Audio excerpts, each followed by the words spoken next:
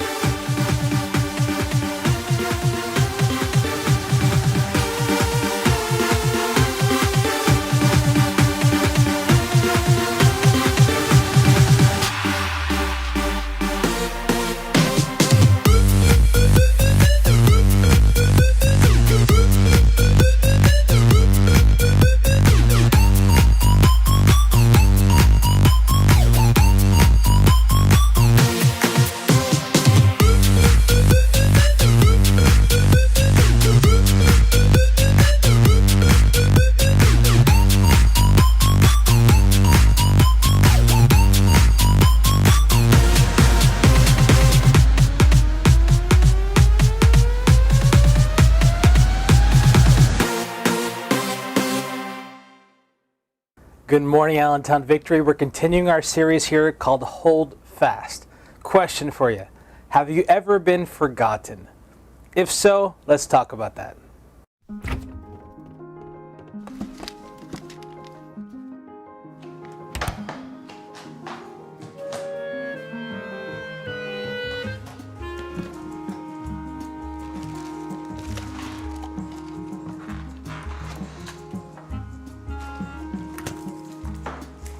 So, what are you doing?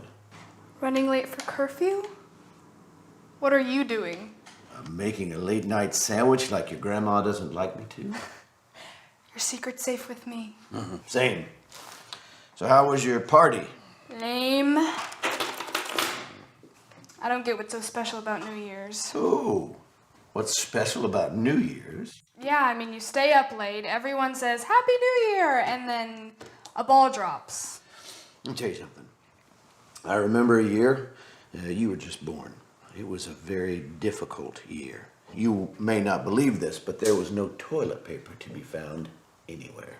Gross. Well, that wasn't even the half of it. People couldn't shake hands, they couldn't hug. You didn't want to leave your house or you're afraid you might get sick. And masks. Everyone was wearing masks everywhere. You couldn't tell if somebody was smiling or frowning. That sounds weird. You couldn't go visit with family. Not even at the holidays. Yeah. Then what happened? Well, that's the best part. Then God got us through it. Just like he always does. That's why I like new.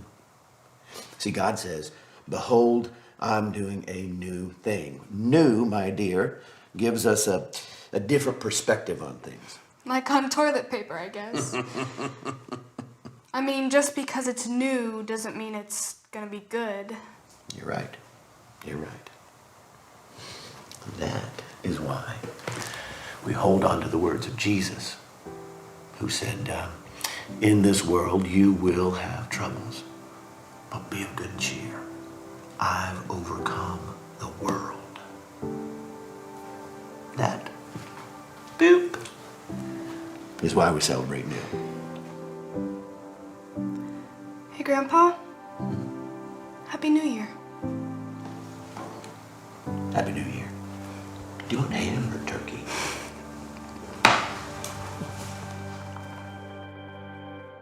Welcome back to our series called Hold Fast. So as I mentioned that question, have you ever been forgotten? Well, have you ever played that game hide and go seek, and maybe you were one of the mean people in this game or maybe you were on the receiving end of this where you let someone hide and you never found them. I don't know if you've experienced that, or perhaps you were the one doing that to somebody else, but that's a horrible experience for the person who's hiding and no one ever even looks for them. They literally are forgotten in that game. And so if you were that person, maybe you're wondering, when do I come out? Did I win the game? Is it time to come out yet? And if I do, I might lose if I come out. And you're in that weird limbo stage. And so no one wants to be the person that is left behind or forgotten, or when you're playing a game, you realize you're the one getting played. That's never a fun scenario. And I remember a time in my life where I thought I was forgotten. Is when I started going to a brand new school when I was in middle school. And I remember getting on this little bus that we went on to get to our school, which was 45 minutes away, one way. So going back and forth, 45 minutes each way. And on the way back home at the end of my very first week at this school, I remember the bus driver forgot my stop and kept going. Now I was sitting right behind the bus driver, and I looked up and I didn't know what was going on, and I thought he knew I was there, but maybe not, I don't know.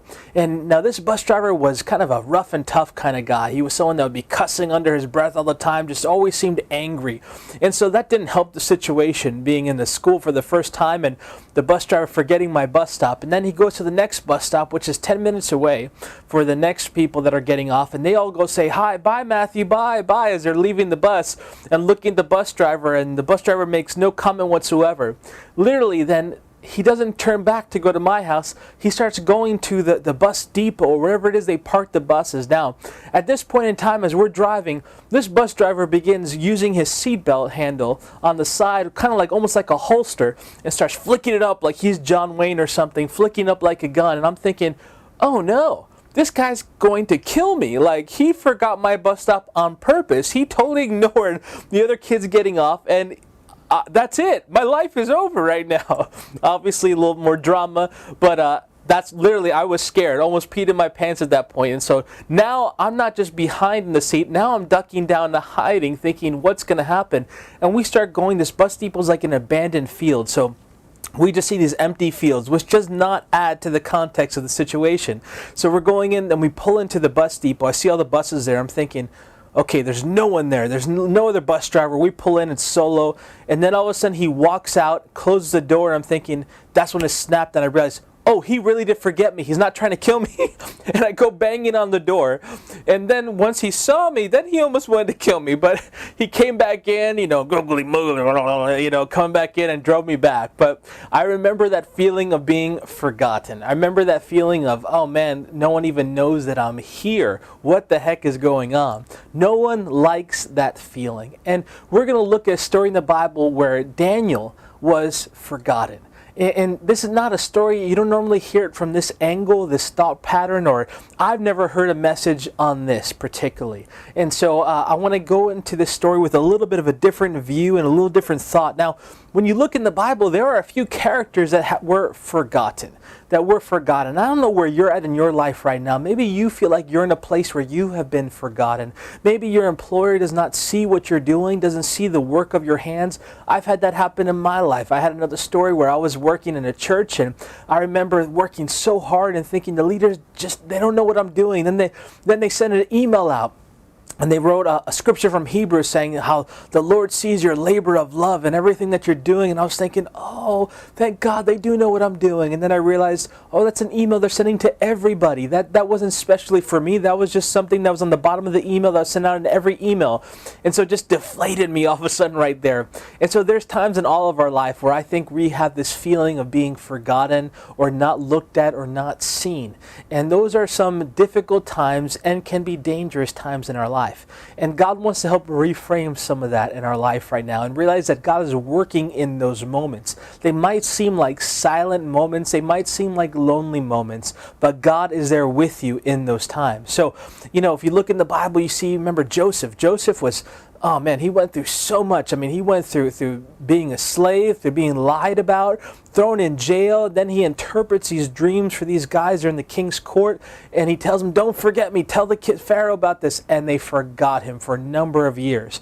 And so Joseph had that same feeling of being forgotten. What if he would have messed up during that moment in time? See, that's a dangerous time, because if you mess up at the time when you're forgotten, that's a time when literally you can screw up the rest of your destiny in those moments right there.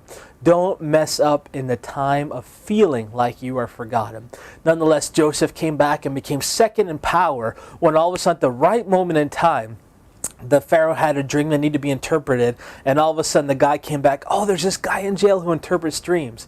Now you look at, and there's Moses. Moses was 40 years gone in the wilderness. He was pretty much a forgotten story, and then comes back 40 years later to deliver the people of Israel. You have then just the story we're going to look at right here, Daniel. Daniel was forgotten for a good chunk of time. I would say roughly the timetables are a little bit rough to interpret, but I would say roughly about 17 years that Daniel was literally forgotten by the emperor. Now, we're going to be jumping into Daniel chapter 5. Now, in Daniel chapter 5, we see a turnover in the kingdom, in the empire, the Babylonian empire, where you have Nebuchadnezzar who's been ruling and reigning, and Daniel rose to the top. Nebuchadnezzar sent that letter out in Daniel 4 for all the world to hear how God is God, and Nebuchadnezzar proclaimed the Lord as the Lord of all generations and everlasting. And so this is the legacy of Daniel, that was found through Nebuchadnezzar. But now Nebuchadnezzar's son comes into power, Belshazzar, now, which is very similar to what Daniel's name is. Daniel's name, or in the Babylonian, was Belteshazzar, but the king's son's name was Belshazzar without a T in there. So very close and similar names. So if you hear me say the names, don't get confused.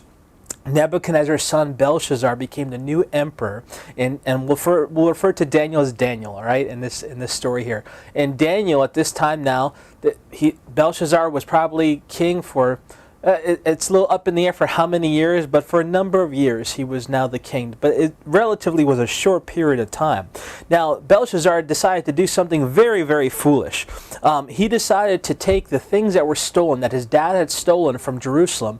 Now, when they went and raided Jerusalem, remember Daniel was taken captive and brought as a slave, along with 25% of the Jews were brought over to Babylon as slaves. But when they raided Jerusalem, they raided the temple as well. They destroyed almost everything there, and they took golden utensils and all the gold and all the expensive things from the temple they brought over and had in storage.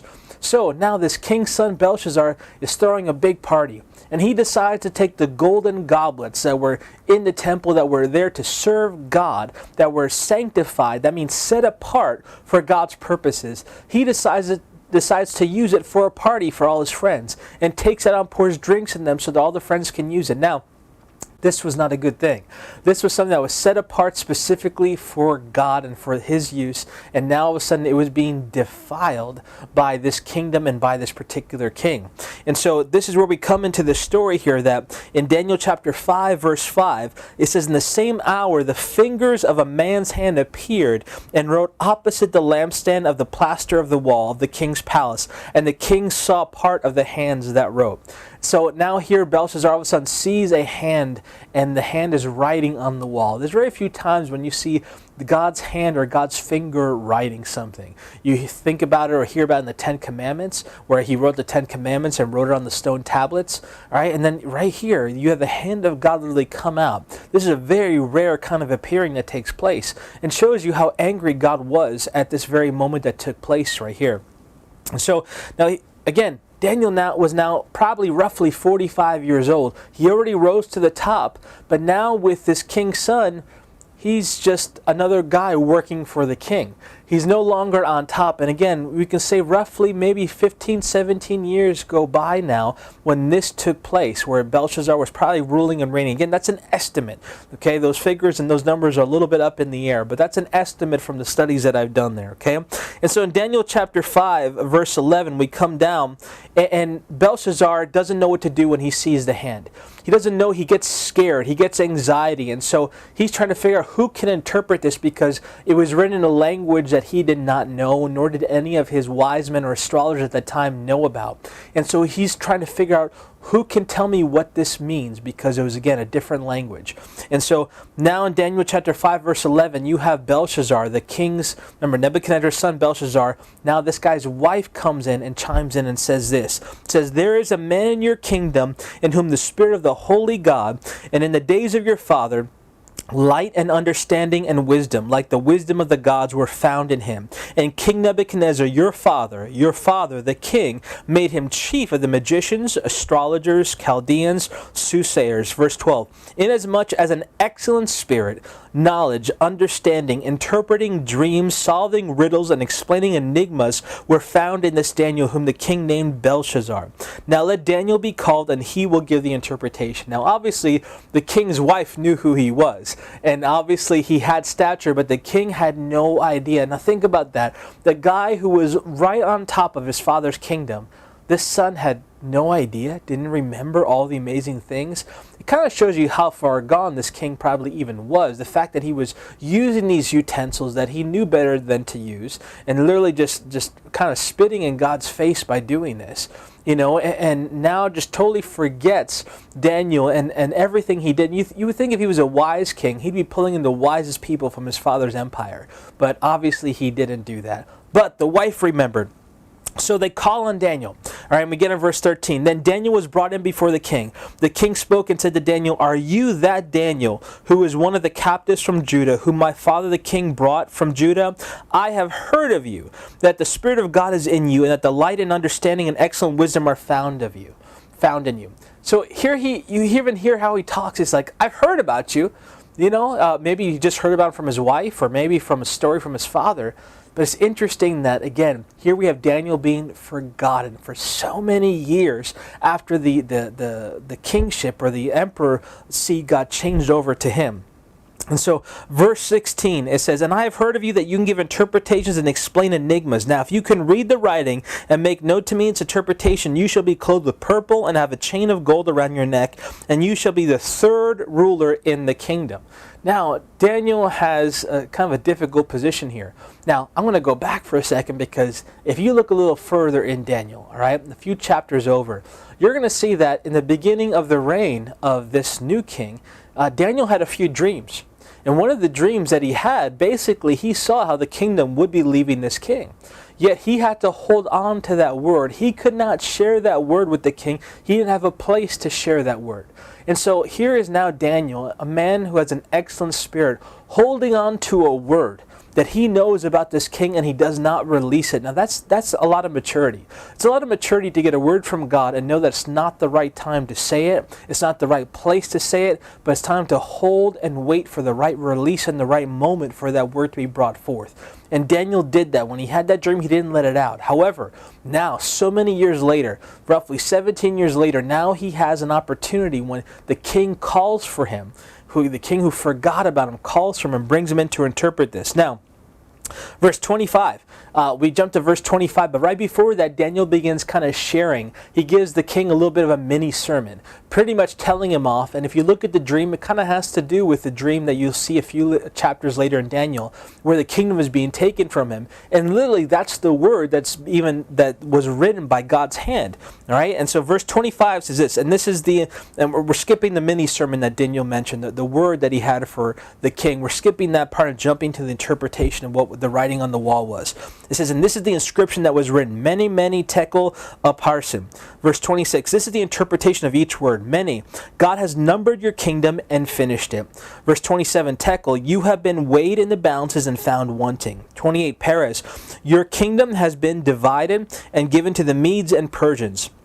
Verse 29, then Belshazzar gave the command and clothed Daniel with purple and put a chain of gold around his neck and made a proclamation concerning him that he should be the third ruler in the kingdom. That very night Belshazzar, king of Chaldeans, was slain. That very night. And Darius the Mede received the kingdom, being about 62 years old. That very night. So think about this. At the end of this kingship, Daniel literally comes and rises to the very top once again. Daniel, who was brought down, he was at the top, and then here comes a roller coaster, comes back down, forgotten. And now all of a sudden, at the very end, comes back on top, and now what? Now's the transition of leadership. This whole thing was about transitioning.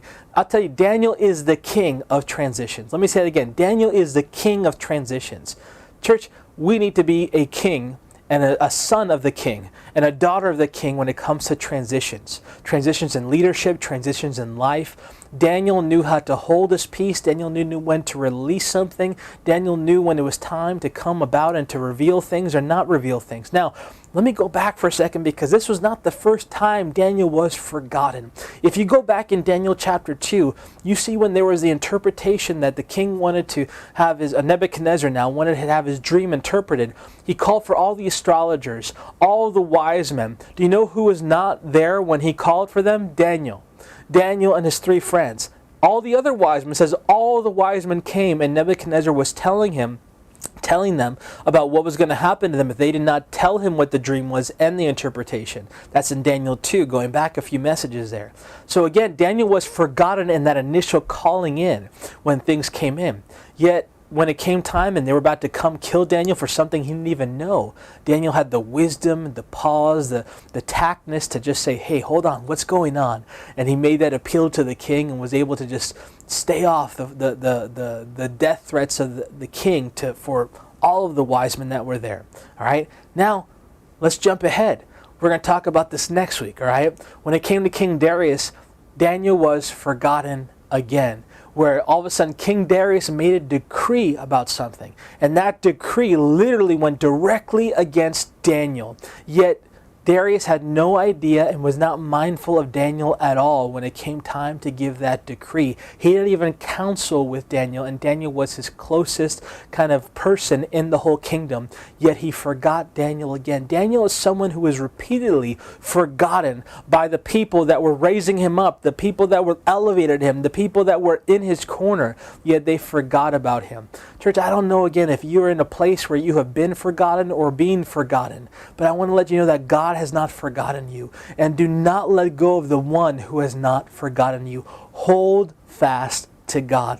He is holding fast to you even when man seems to be letting go and letting go of the thought of you. God has not let go of you, and his thoughts are towards you and for you. But more importantly, our thoughts need to be towards him and for him. Because here's the truth.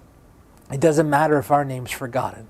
We don't want the name of Christ to be forgotten. We don't want his goodness to be forgotten. We want to be revealing him. And it's okay if people forget who we are, but we want to make sure that through our life, through that one person's life, whatever their name was, God showed himself strong and God showed himself big. But look what happened to Daniel. In time, get that, in time, all of a sudden Daniel was raised back up. Sometimes it feels like we're going through a roller coaster up and down, but in the right time, when it's time for God's name to be glorified, and then when he knows that you will be one that glorifies his name. Let me say it again. When he knows you will be one that glorifies his name. Do you know if you will be one that glorifies his name? Do you know that if there's a raise or something that happens in your life, will you glorify the name of Christ, or will you receive all the glory for yourself? See, that's one of the things when we go through those wilderness or those times when we're forgotten. whose name will be lifted up when you get lifted back up again? Will it be the name of Christ? Will it be the name of God? God knew with Daniel that when Daniel got risen back up, that God's name would be glorified, that he would be the one that would be rising up. And when he pulls Daniel up, is because Daniel is also promoting and pushing God and glorifying him with his life. So that's what we want to be, that even when we're forgotten, we do not forsake the one who has not forgotten us, because that's a temptation when we're forgotten. That's a temptation, right? Even with Job, all his friends or his wife said, why don't you just curse God and die, right? That's a temptation when you feel like you've been forgotten by God. The temptation is to curse God and die, to go the opposite direction. When this happens, church, don't forget, he's watching you. He sees what's going on. He knows what's happening in your life, and he is involved even if it seems like there's no involvement whatsoever. And at the right moment, there will be an appearing. There will be an appearing of you, and more importantly, of him. And that's what we want to see, and that's what we're holding fast onto God, the truth that we know. So church, I want to ask you a few questions here as we're going to be closing right now. And that's this. So let me also pause and say this, that realize this, that you are the apple of God's eye. Realize that you are the apple of God's eye. God is passionate about his people. He is passionate about you. And even when you think he's not looking at you and he doesn't see you, he does. He sees your heart. He sees your actions. He sees your intent. And he redeems you even when we do something wrong. He pulls us back up. Put your hope in the one who loves you and who's redeemed you and will continue to redeem you and continue to love you and set his love upon you. Likewise, let's set our love upon him. So some questions now to be talking about in the micro church, okay? Number one, have you been forgotten in the past? And if so, what did God do in that situation? How did God use that situation where you might have feel like you were forgotten? Number two, why do you think Daniel did not seem fazed to be forgotten in each situation? So Daniel just had this, cool temper throughout the whole thing. You don't see David getting rattled. You don't see Daniel getting upset or anything. He just seems to be a smooth operator. Why do you think that was? Why do you think Daniel was just so cool and collected every time he was forgotten? Remember, I mentioned 3. In Daniel chapter 2, here we have in Daniel chapter 5, and then later on here in Daniel 6, we see again that he was forgotten. Okay. Number 3, how can we practically care less about other people's opinions and care more about God's thoughts about us? So let me say it with a caveat. Okay. So again, how can we care less about man's thoughts and care more about God's thoughts towards us? But the caveat is to remember that God puts people in your life, and he'll put people that will have divine opinions that are meant for you to help create the change that God wants to have in our life. So don't forsake just every person, what every person says. I don't care what anybody says, only what God says. Well, here's the thing. God uses people in your life, okay? The big thing is it echoing what God is saying? Do you hear God's echo in the people that God's placed in your life, right? That's the thing we want to be listening for, God's echo. Remember we talked about that in a few series ago? So we want to make sure we're hearing that. But how do we care less about all the opinion and people praising us or people rejecting us? What's some practical things we can do for that? Number 4, is there someone in your world right now who might be forgotten? Think about that. In your world, in your sphere of influence, the people around you, here's the thing, they're probably not going to come to your mind right away. But if you pray, say, God, can you show me that one right now that I'm forgetting? Even right now, take this moment as I'm saying this and take this as a prayer, right? Close your eyes for a second. Lord, I ask you to reveal right now the ones in our life that we've forgotten, that you have not forgotten. Lord, I ask you to show each person right now, that individual or that person that you want us to either encourage or go to ask questions, because you have given them answers for our life in this moment in time. So I ask you, God, to reveal to us the forgotten ones in our life, that we can remember your goodness and your hand upon them and through them once again. In Jesus' name, amen. So think about that. Maybe talk about someone that, you know what, I need to call this person up. I need to contact this person. It could be because you have something for them, or it could be they have something for you that they've been holding on to. So nonetheless, I want to encourage you to think outside the box here, to look outside, and more importantly, look at God and look at what he's saying and realize that his eyes are on you, and his eyes are also around those that you maybe have already forgotten about. God bless you. Pray together. I want to encourage you to give online, allentownvictory.com/give. We're giving the offering baskets that are there at your gathering. God bless you and have a wonderful week.